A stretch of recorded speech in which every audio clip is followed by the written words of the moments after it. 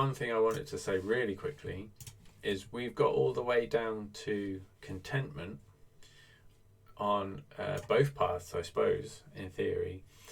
And in the Buddhist teachings, we're being told that from here we can experience within ourselves a delightful bliss, which is obviously, I'm sure, a very lovely state of well-being to have.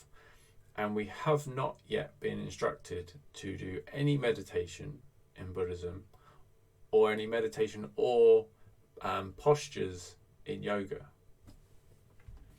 I think that's a really profound thing to understand, that a lot of people think, shall I meditate, shall I do some yoga to make myself feel better? And the paths suggest that we will experience improved well-being before even reaching that point. So firstly, welcome. We are going to compare some very early sutra from yoga with very early teachings from Buddhism. I've been learning a little bit about the history of yoga and how they have kind of influenced each other. The first people that the Buddha would have gone out and learnt from when he went on his spiritual path would have been yogis, probably, I would imagine. They were the predominant. I don't know if Hinduism existed in quite that form at the time, but I believe Hinduism is an amalgamation of all kinds of things that were going on in India at the time, and Buddhism was born in India at that time.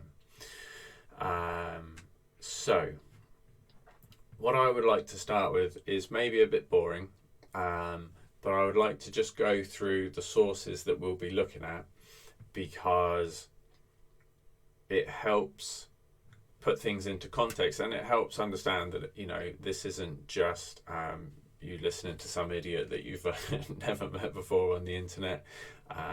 We are trying to look for decent information, and also highlighting maybe where the information isn't great, and maybe things more can be learnt by further investigation. So with that said, what we're looking at from yoga is the Patanjali Sutras. It says here 195 sutras, but I believe they're really short. I believe it would actually fit on one piece of paper. A collection of Sanskrit sutras. What I was hoping to get from here is the date. In question, who argues that the text fell into relative obscurity for nearly 700 years. So, when yoga and Buddhism evolved, different schools taught things in different ways. And one of the really interesting things about this is that it's so old. It's one of the founding texts. Dating, here we go. Date to about 400 CE. What's CE? That's the same as AD, I presume. Just because it's not BC. The first millennium. So the Buddha taught in about 500 to 600 years before Christ, but nothing was written down because they didn't have written language at that time until basically around the year 0. So, and this is the first century. So they are. Do you know what? It's newer than I thought it was. I thought it was backdated, because my understanding of what these are is an amalgamation of the different yoga teachings at that time, and then that Buddhism influenced after that, and you've got further texts. Vedanta is one thing I've heard a lot of, which is yoga and or at least Hinduism, something I want to explore soon, and something that may be explored on here. We'll see how it goes. So we're looking at BCE, yeah. Range of dates ranging from 500 BC to the 3rd century. So that is a huge, a huge scale when it could be. So the 500 BC would be around the time of the Buddha, and the 3rd century would be around the time when the Pali text was first written down. Okay, so that is a quick introduction to the Yoga Sutras of Patanjali, and here we've got a translation and lots of commentary, lots and lots of commentary explaining them, which is great, but way too much for us to cover. So these books I found for free PDFs online. Do look them up. This one is Bryant. Okay, and this is the start of. See, I think when they say a sutra, and there's 190 something of them, I think there's literally every little line. So we've got the line, we've got the translation, and then text. Now, getting this in terms of the structure, like an overview, is going to be a nightmare trying to dig through the writing. So I have the writing on standby. You guys now all have access to that. If you're interested in diving deeper, I may well flip through these. I'm trying to read so much at the moment, I'm overdoing it, frankly. So I've also got a video about the introduction to the 8 limbs of yogic meditation, which is what we're going to use primarily here. We're going to watch bits, react to it, learn from it, and that will really help speed this along and make it more less diving into the written teachings, and this, because over the thousands of years people have left their commentary and explanations and things, the amount of text can be astronomical. So we'll just watch a YouTube video. Okay, and we're jumping into where we're looking for this information in Buddhism now. So this is the Eightfold Path, which is what I highlighted when I talked about should we meditate, and if so, how. And I use the Eightfold Path as an example that there are these steps we can take. Right view is like right perception, understanding how to look at the world. Right intention or right motivation, it can also be translated as right thought. Right speech, right action, right livelihood in terms of how we're acting in the world. Morality, not causing harm to others and harm to ourselves. And then right effort, and meditation is only over here.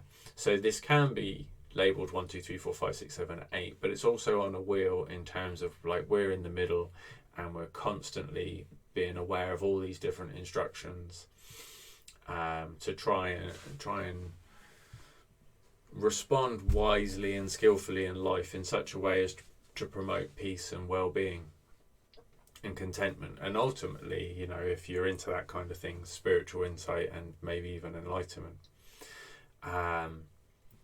So I often talk about the word of the Buddha, which is some of the teachings that the Buddha gave in the earliest parts of the Pali Cannon, the Suttas. And monks have over a long time picked out exactly what it was that the Buddha said and systematized it, and this is where the Eightfold Path, the Four Noble Truths, come from. So this is what I looked at when I was talking about should we meditate and how to meditate, when I said maybe we don't need to meditate actually, because there are these other things that we can do first to lay the groundwork for meditation. Okay, now this is slightly embarrassing, but it's quite a long book and huge amounts of detail, and I've gone into it trying to make sure I've understood, and I go over the same thing a lot, trying to understand. trying to like drill it into my mind. But one thing I never did was scroll to the bottom and realise that just for the last couple of pages is like a rather than I'm in the middle and I'm trying to understand all this stuff at the same time, which makes you want to read the whole book. The gradual training is about, like, for all of us when we don't know where to start. And what you really want when you don't know where to start is like step 1, step 2, step 3. And in the word of the Buddha, there is a step by step, and here we can see there's meditation and there's all these steps before. So I've just found this, and I'd also just found the Yoga Sutras and the 8 limbs of yoga. So with that all introduced, why don't we jump into these early teachings of the step by step yoga instructions. Patanjali's system of meditation consists... So Patanjali being the sutras that we're looking at. Excuse me for 2 seconds. I feel like this video audio is quite low, so I just want to very quickly bring that up a little bit for you guys. So yeah, this video is looking at these early Patanjali Yoga Sutras. Of 8 parts, Ashta Anga. So, his system is called Ashtanga Yoga. The word Anga strictly means part, but it's often translated as limb. As a result, the 8 Angas are sometimes depicted as limbs on a tree. Representing the Angas as tree limbs is suitable only if a key principle is recognized. The 8 Angas are sequential practices. They're steps, like the rungs on a ladder. A properly drawn tree can depict this, showing the first Angas at the bottom of the tree and latter ones at the top. So the idea of the 8 limbs just being scattered all over the place would be closer to the way the Eightfold Path is drawn, with trying to balance them all at once. And the fact that we actually have a step-by-step process is very interesting. First Anga, Yama, consists of prohibitions against adharmic or unethical deeds. The second Anga, Niyama, is comprised of injunctions to develop various dharmic virtues. These first 2 Angas direct you to control your behavior. The next 3 Angas, Asana, Pranayama, and Pratyahara, mandate certain kinds of control over your body, your breath, and your senses, respectively. The last 3 Angas, Dharana, concentration, Dhyana, meditation, and Samadhi, absorption, mandate specific practices to control your mind. So, these 8 Angas help you cultivate the skills required for meditation by teaching you how to control your body, breath, senses, and your mind. I believe we're going to jump into more detail now. If I remember right, I haven't watched this in a couple of weeks. I probably should have checked. Let's examine each of the Angas very briefly. Perfect. There are 5 yamas that prohibit 5 kinds of adharmic behavior. Ahimsa prohibits causing harm to any living being. Satya prohibits lying. Asteya prohibits stealing. Brahmacharya prohibits inappropriate sex. And aparigraha prohibits possessiveness. So, again, I don't know if we can say, again, in terms of what I had said in the should we meditate and how video, was meditation is not necessarily the best place to start. And here in these early yoga instructions, it's our conduct, it's our actions in the world, it's our moral behavior.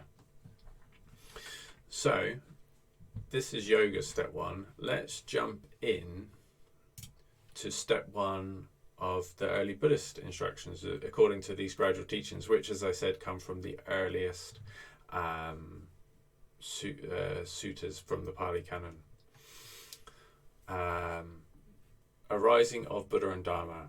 A Buddha appears in the world, accomplished, fully awakened, perfect in true knowledge and conduct, well liberated, knower of worlds, incomparable teacher of those who can be taught, teacher of gods and humans, the awakened one, the master. With his own direct knowledge, he has realized this universe with its gods, this world with all its beings, and he makes it known to others. He teaches the Dharma, good in the beginning, good in the middle, and good in the end, with the right meaning, right phrasing, and he reveals a perfectly complete and pure spiritual life.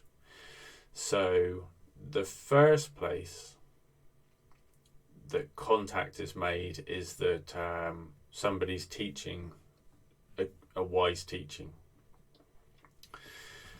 Confidence. You hear that Dharma. So this is where we come in as people who are interested in improving our well-being, you could say, or trying to find a way to live that leads to happiness. You hear the Dharma. On hearing that Dharma, you acquire faith in the Buddha, faith in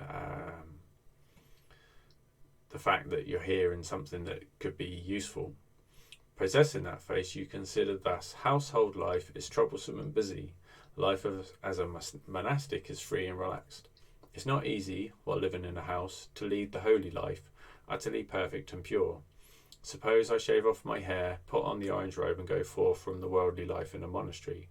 On a later occasion, having given away all your wealth, abandon your circle of relatives and friends, you shave off your hair, put on the orange robe, and go forth from the home life into monastic life. So what that's saying to me, I'm a layman. I'm sure the people watching this are lay people. You're not going to become monks or nuns and join monasteries, probably. I might do at some point. But I am entangled in the lay life, which has its ups.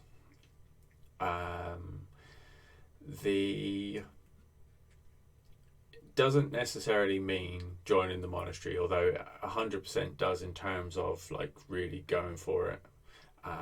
And this is Buddhism. We're looking at Buddhism here, so let's allow it to be what it is.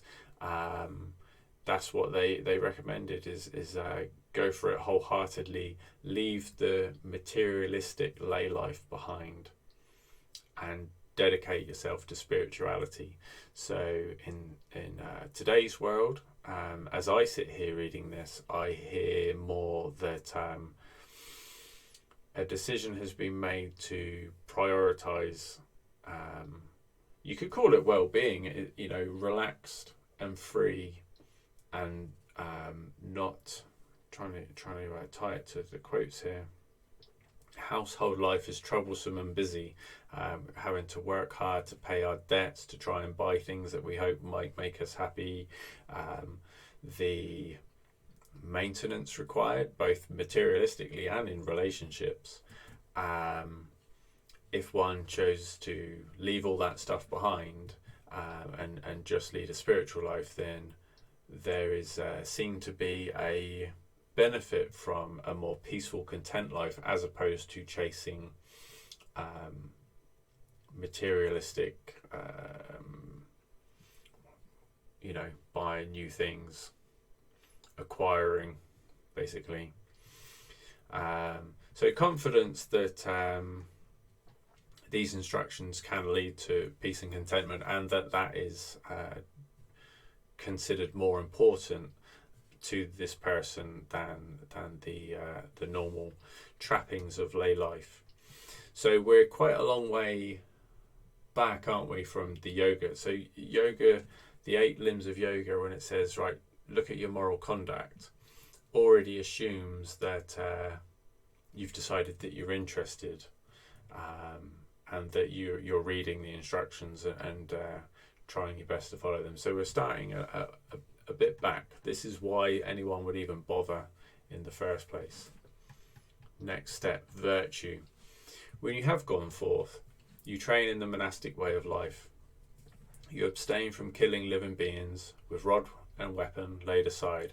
Conscientious, merciful, you live compassionate to all living beings.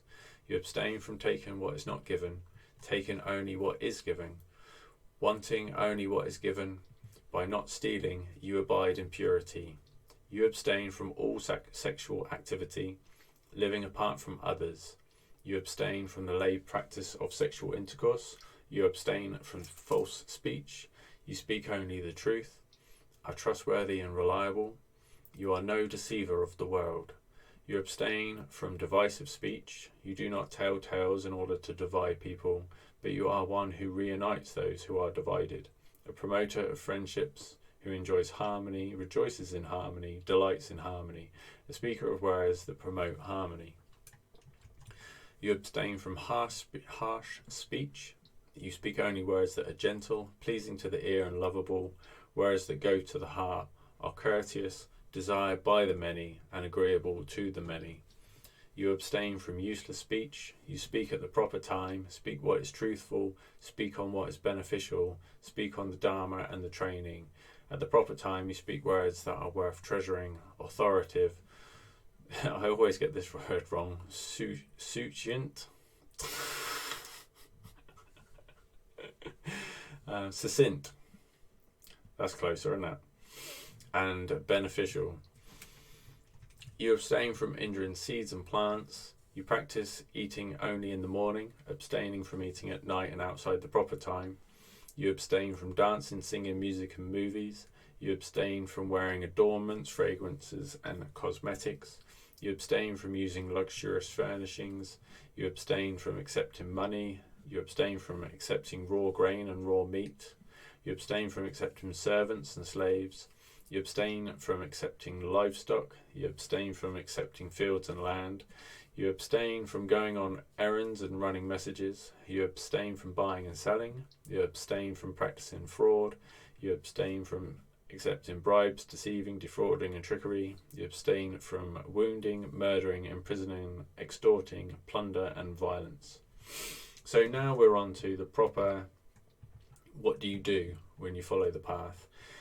And that is obviously virtue or morality, moral conduct. And the first actual proper step as well here in the Yoga Sutra is moral conduct. And so in the Eightfold Path, what we're at here really is right view and right intention would be closer to the first two parts in the Buddhist gradual training of hearing the Dharma, which would be right view, and thinking, yeah, that's true, and I want to pursue that, which would be right intention or motivation or thinking.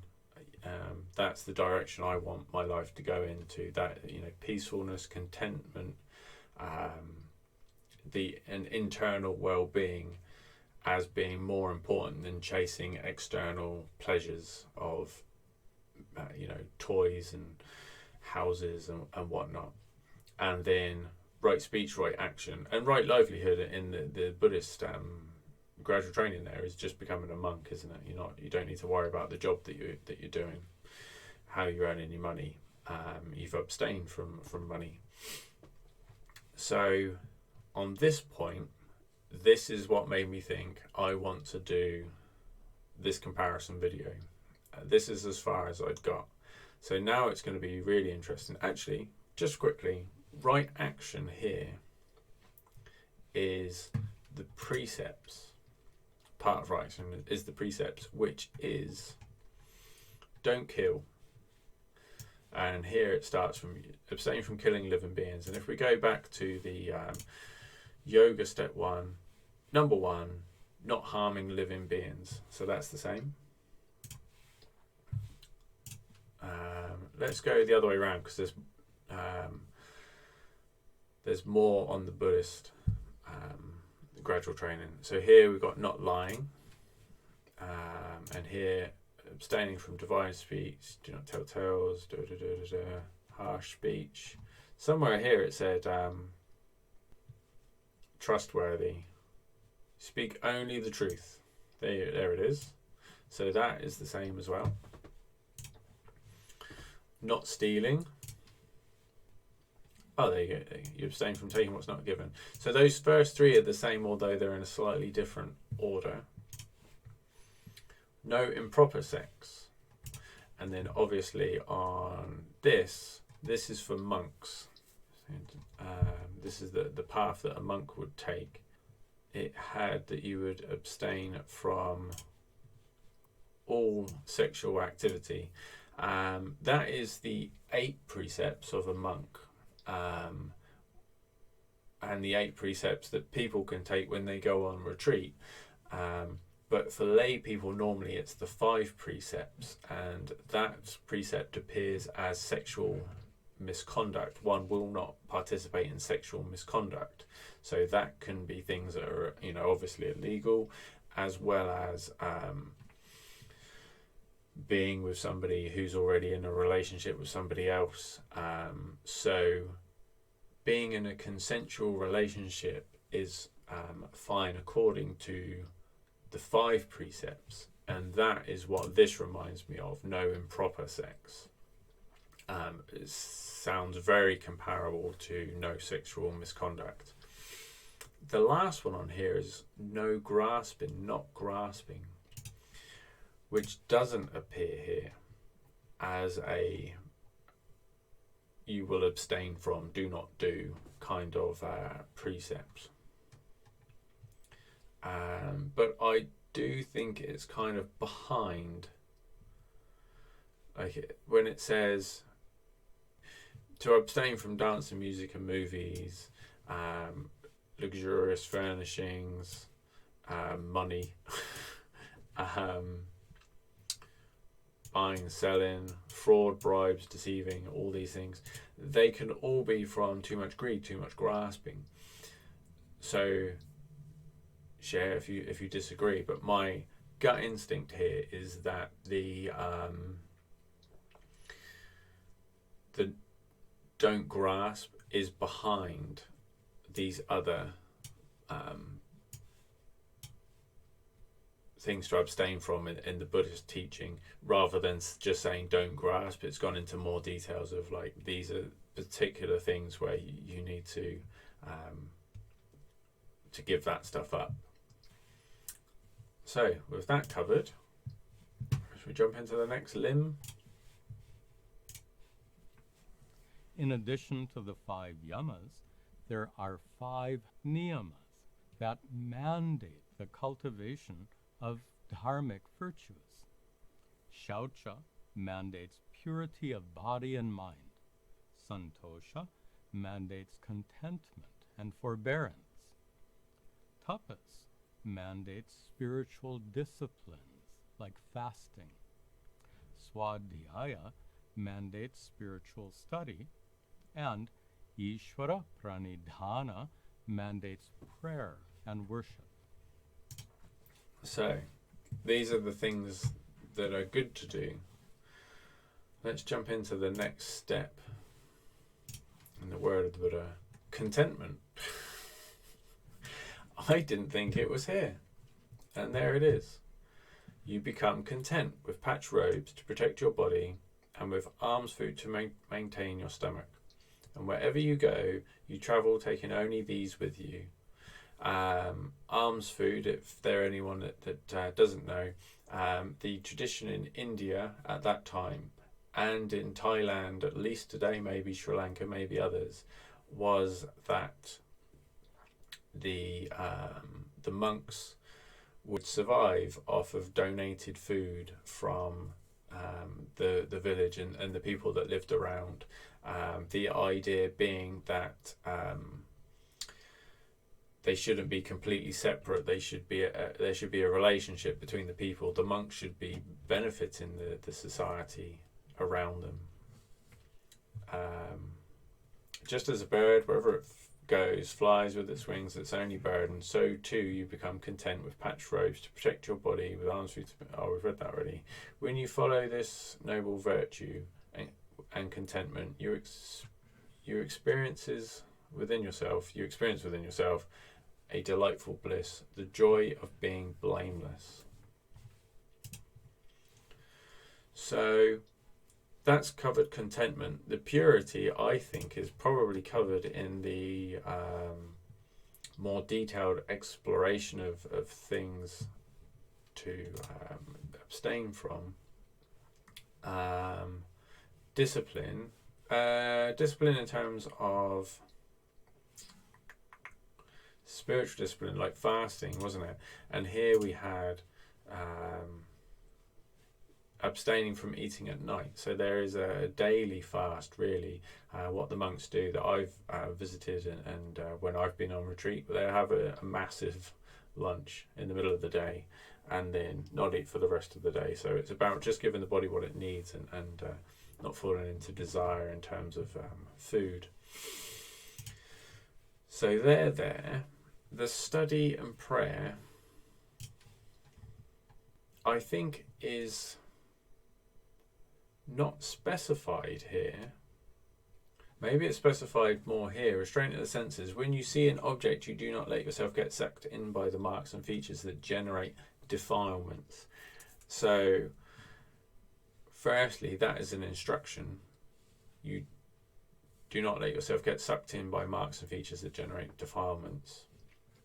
And secondly, the word defilements takes some defining, so you have to be studying to understand what that means.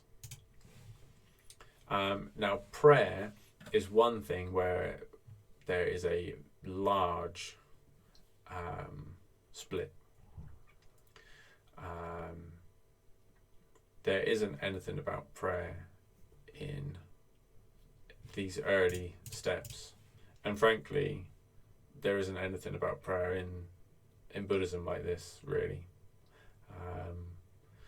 that I've come across so far. So there's one place where we can say, actually, everything so far is lining up except prayer, which is interesting. Let's jump into the next limb. At first sight, these five... Well, the one thing I wanted to say really quickly is we've got all the way down to contentment on both paths, I suppose, in theory. And in the Buddhist teachings, we're being told that from here, we can experience within ourselves a delightful bliss, which is obviously, I'm sure, a very lovely state of well-being to have. And we have not yet been instructed to do any meditation in Buddhism, or any meditation or postures in yoga. I think that's a really profound thing to understand, that a lot of people think, shall I meditate, shall I do some yoga to make myself feel better? And the paths suggest that we will experience improved well-being before even reaching that point. 5 yamas and 5 niyamas might seem to resemble the 10 commandments of the Bible, but they couldn't be more different. The Bible's commandments are followed to avoid sin and eternal damnation, but yoga's yamas and niyamas are followed to develop a lifestyle that effectively supports your practice of meditation. We might get into looking at Christianity and other things How over do time. these prohibitions and injunctions help you meditate? Well, a dharmic behavior tends to create conflict and stress in life by resisting and opposing commonly accepted moral standards. So, following the 5 yamas helps you live a conflict-free life that is conducive to meditation. Following the 5 niyamas helps you acquire attitudes and qualities that are crucial in preparing your mind for meditation.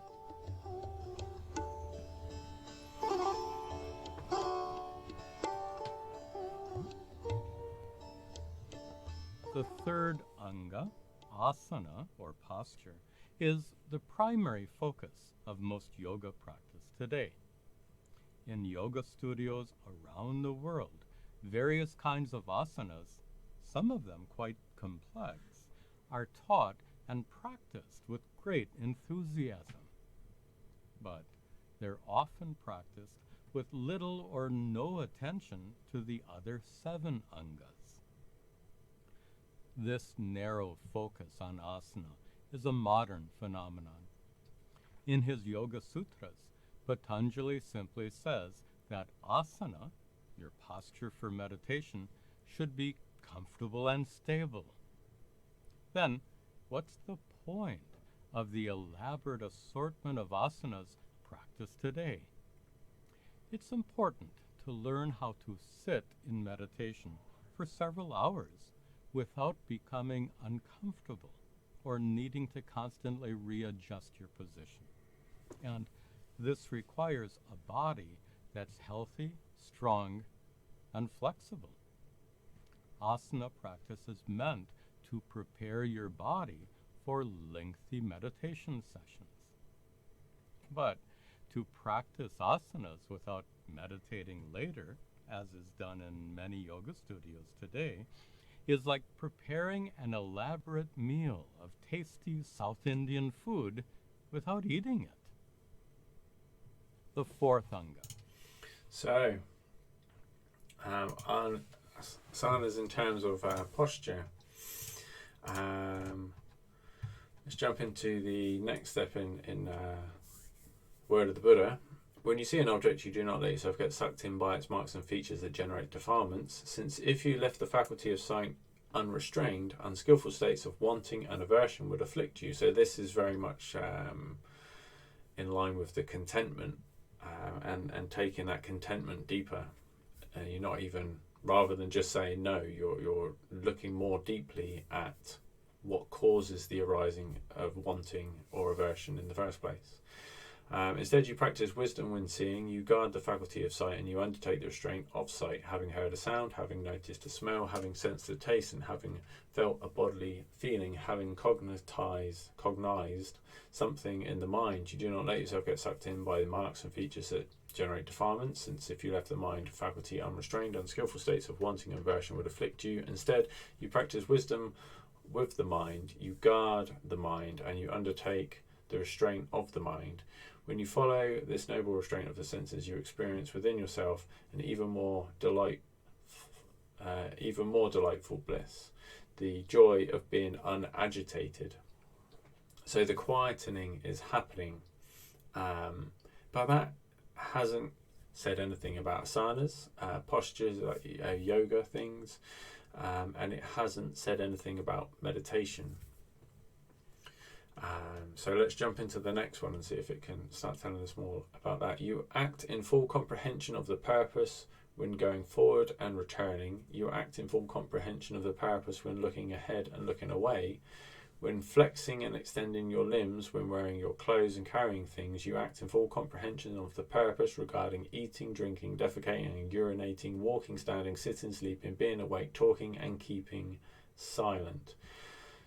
The clear comprehension there seems to me to be about mindfulness and embodiment and being really in the present moment.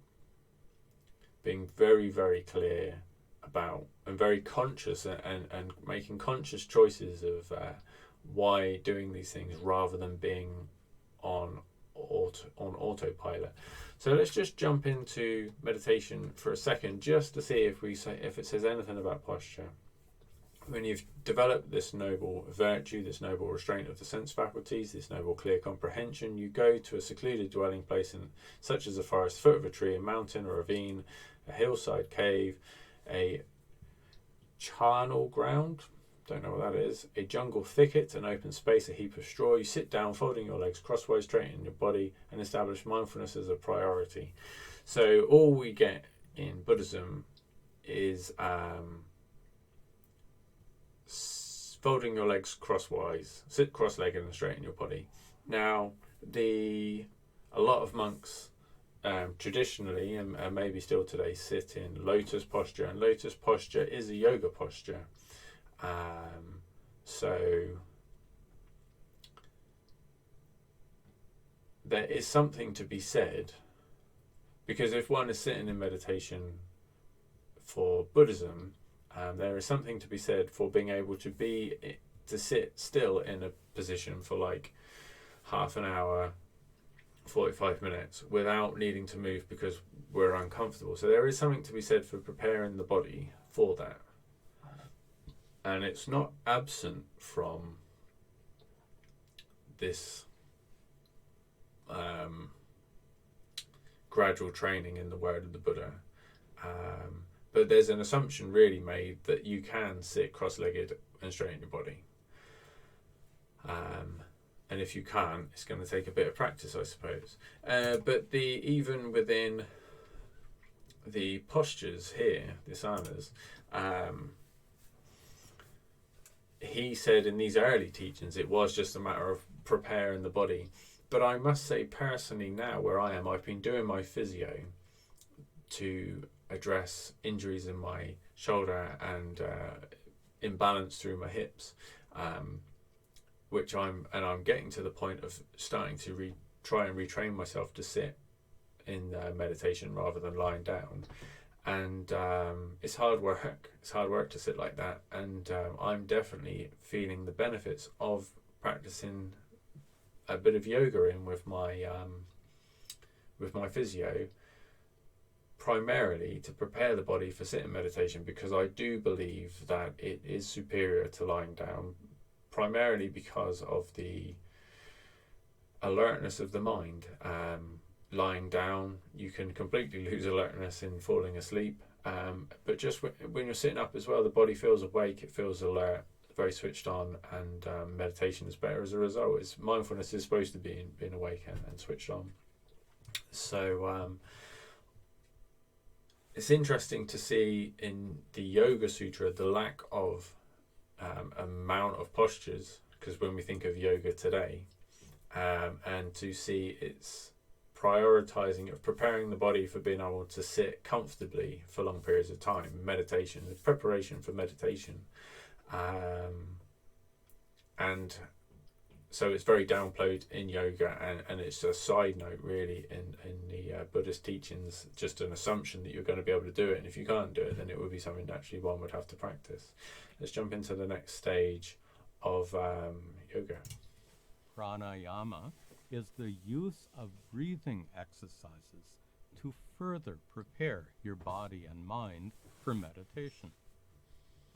The ancient yogis discovered a physiological principle that's well known to modern medical science.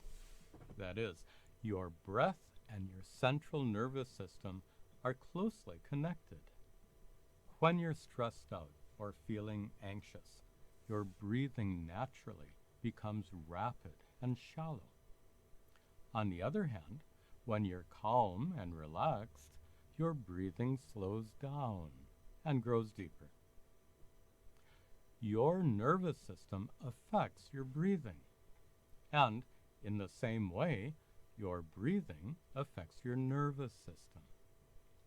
Rapid, shallow breathing stimulates your nervous system, whereas slow, deep breathing calms it down.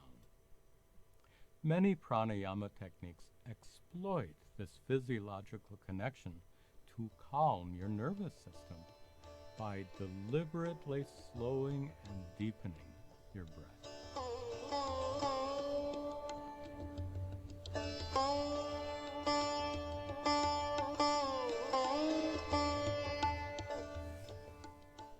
The fifth anga. So the breath control sounds again like a preparation for meditation. If we jump into meditation here, we've got as far as you're sitting your legs, crossing your legs, abandoning wanting for the world of the five senses, you abide in a mind free from wanting. You purify the mind from desire. So basically, it has here as well, abandoning aversion. You abide in the mind, free from ill will, compassionate for the welfare of all living beings. You thus purify the mind from aversion. You abandon dullness and drowsiness. You abide in a mind free from dullness and drowsiness. Bright-minded, clear comprehending. You purify the mind from dullness and drowsiness. Abandoning restlessness and remorse. You abide unagitated. With a mind inwardly peaceful, you purify the mind from restlessness and remorse. Abandoning doubt, you abide having gone beyond doubt, unperplexed about wholesome states. You purify the mind from doubt. So one of the main tools that the Buddhist instructions are giving is actually study, which it didn't highlight, but it is the wisdom to let these things go in the mind. Whereas, and there's nothing said about breath at all. So let's jump in to what the next yoga one is. Pratyahara is sense withdrawal. It's impossible to find a perfect solitary place to meditate. So it's important to develop the ability to withdraw your senses, especially your sense of hearing, so you won't be distracted. Unfortunately, there's no on-off switch for your senses. Francis, good morning. Yet, We're just when exploring you're deeply absorbed yoga in compared some to Buddhism. like when you're working on a demanding project, you might not hear someone nearby calling your name.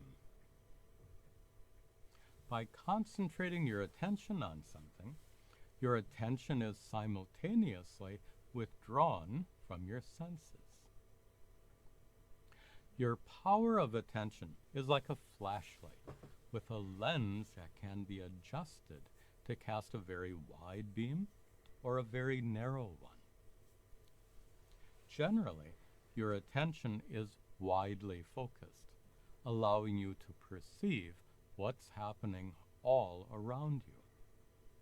This ability is immensely valuable most of the time, like when you're driving a car. But when you sit to meditate, a wide scope of attention will make you more susceptible to distractions.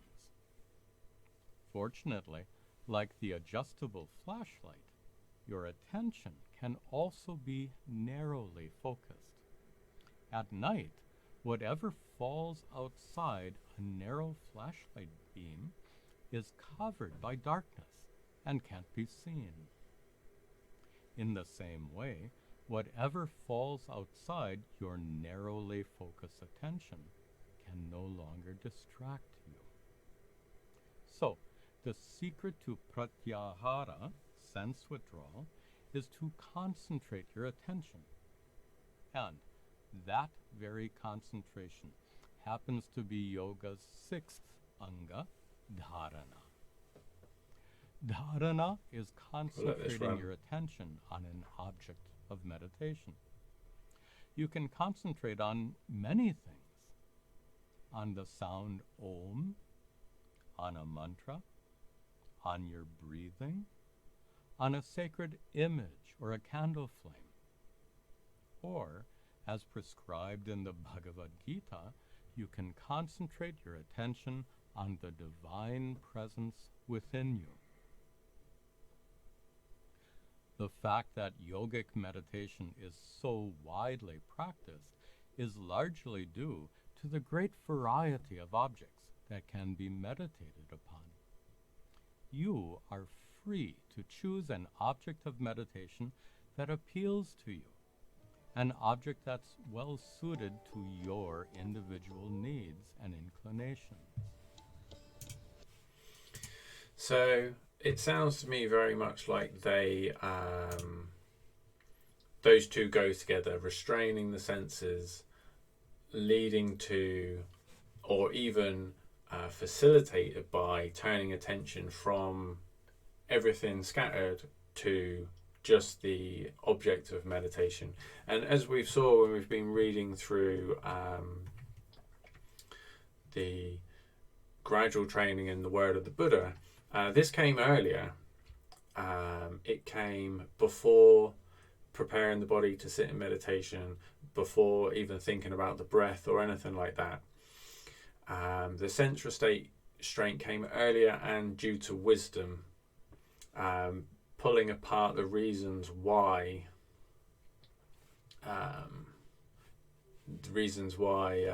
from wisdom we learn that the marks and features, by paying them too much in things that we find attractive, generate the defilements, which includes desire and things that lead to suffering.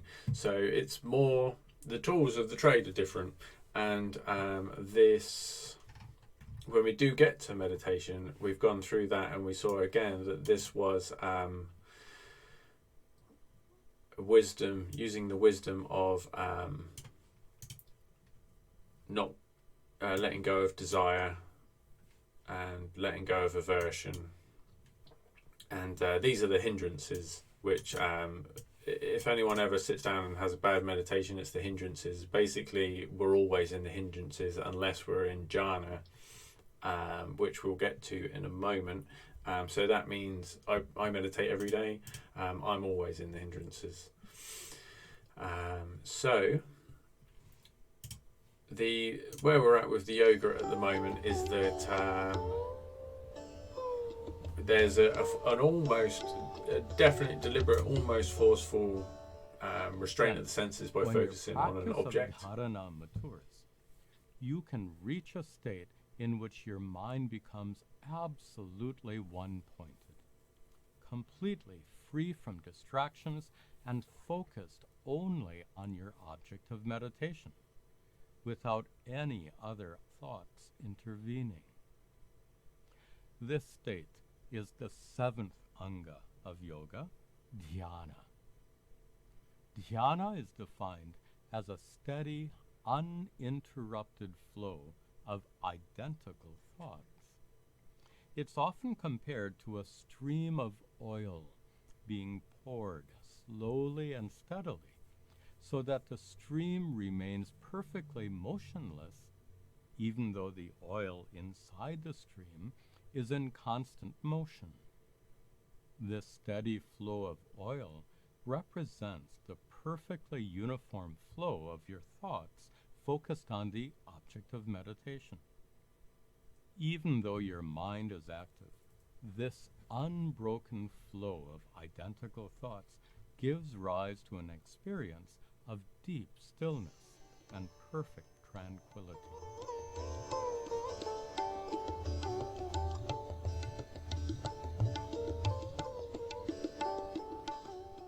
The regular practice of dhyana will eventually lead you to the eighth and final anga, samadhi, or absorption.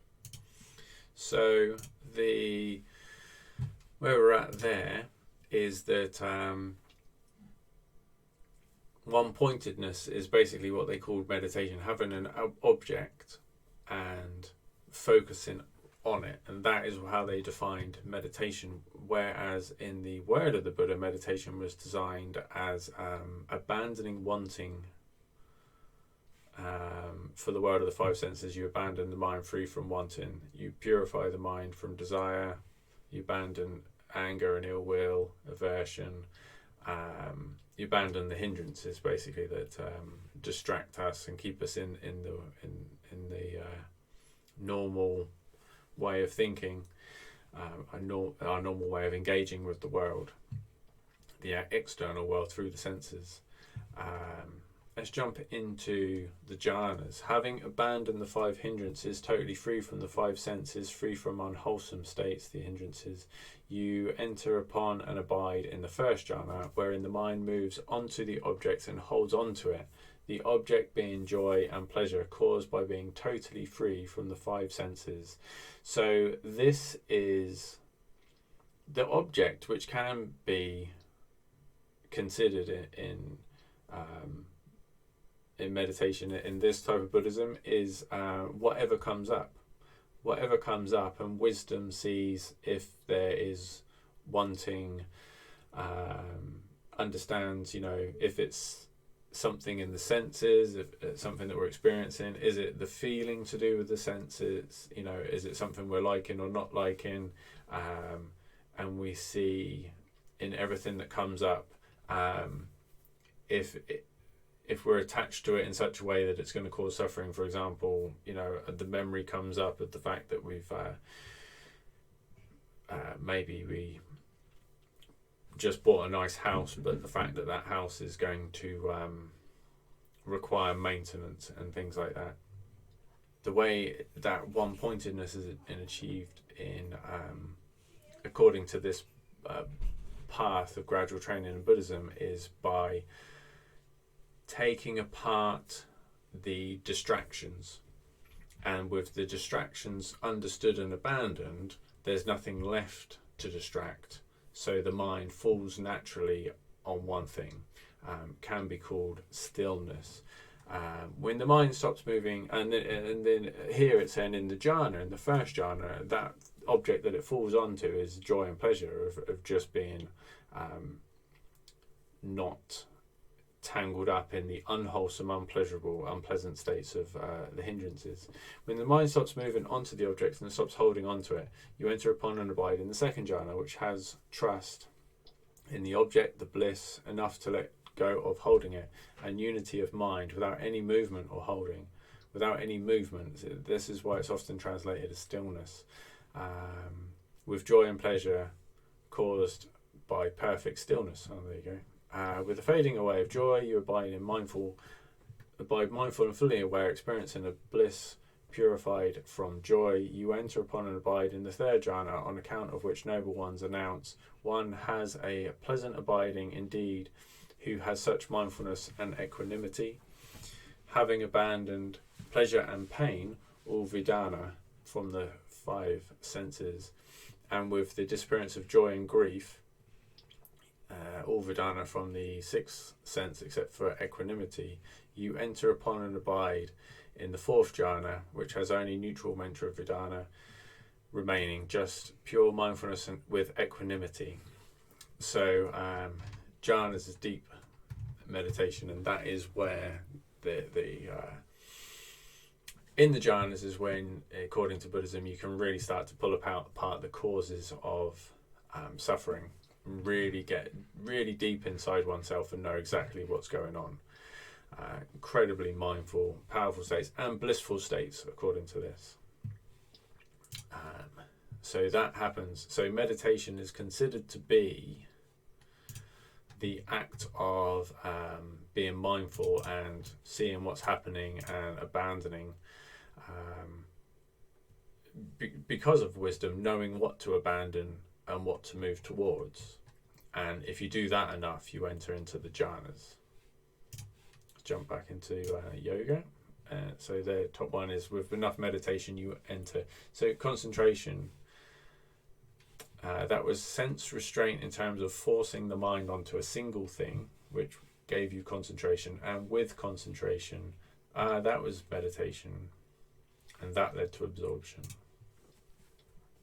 During dhyana, you remain as a meditator, quite separate from the object you're meditating upon. But as your meditation deepens, the sense of distance between you and the object of meditation gradually diminishes, until finally there's no distance whatsoever. You experientially merge into the object of meditation, becoming utterly non-separate from it. This is the state of absorption, samadhi. Note that samadhi is not a state of thoughtlessness, because the object of meditation remains in your mind as an unchanging, unwavering thought.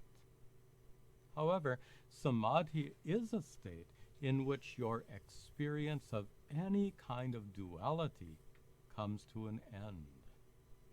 In samadhi, there's no distinction between knower and known, between you and the world.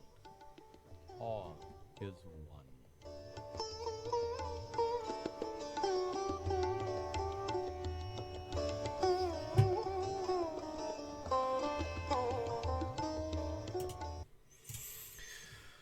So, samadhi is offered as the ultimate goal, I suppose, and the merging. So the interesting thing, and the jhanas would be the point at which you're aiming for in the gradual training in the word of the Buddha. If I can get this back, yeah. So interestingly enough, right concentration, I believe, is a translation of samadhi. Nibbana through anapanasati. Anapanasati is mindfulness of the breath, which is a single pointed concentration.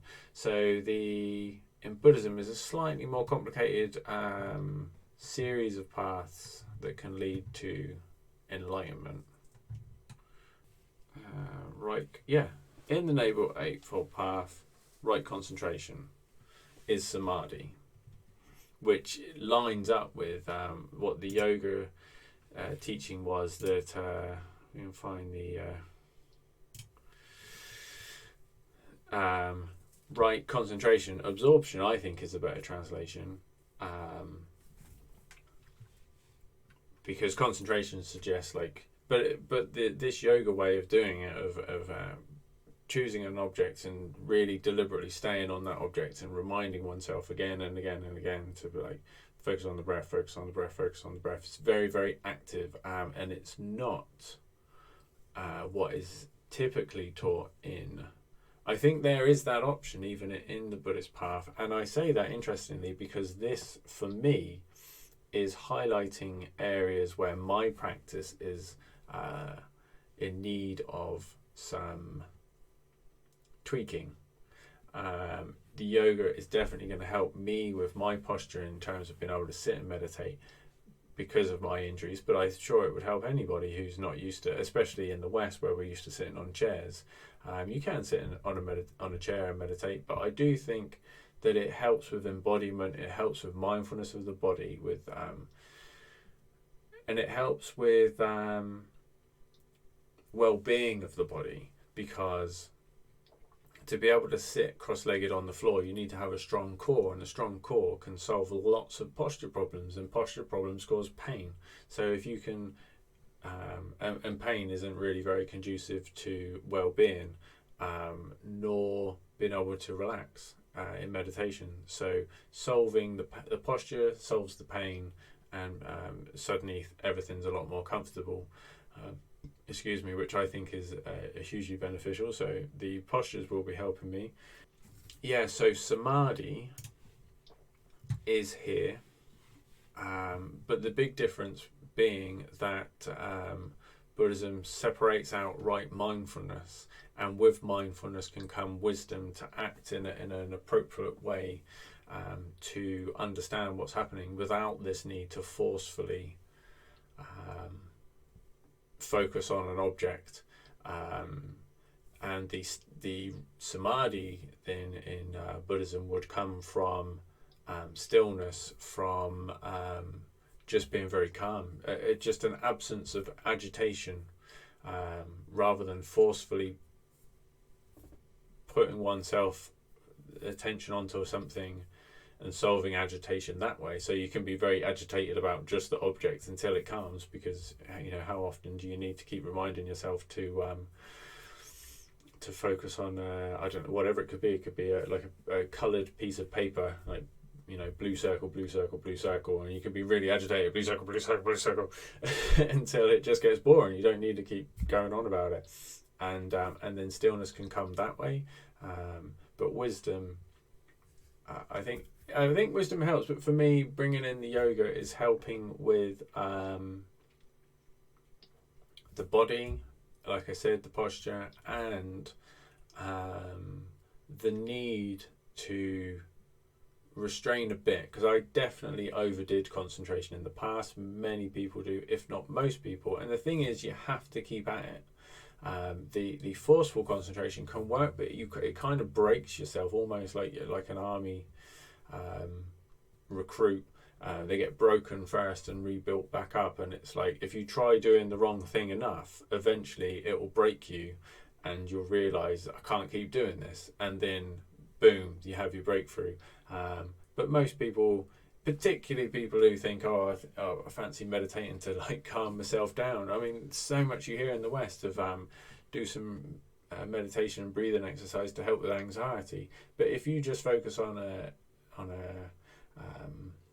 an object without doing the preliminaries, like we saw in the word of the Buddha, you can be experiencing bliss without going anywhere near meditation or anything.